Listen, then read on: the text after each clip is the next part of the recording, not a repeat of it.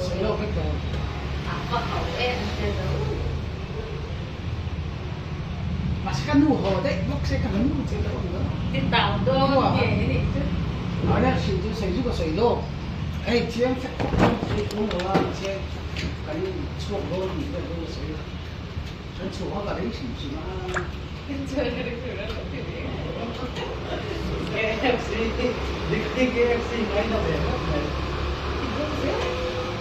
？KFC 嚟到，嗰隻傻字啊，嗰嘢啊，KFC now。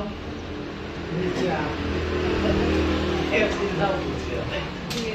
我學成日喺嗰啲KFC KFC now唔知啊？啊，知咩啊？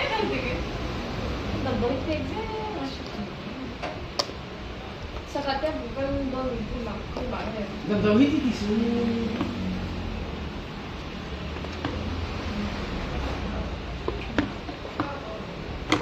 Kadang tulis no ini oh itu. Tidak tahu kan ini dia alau. Lagi juga.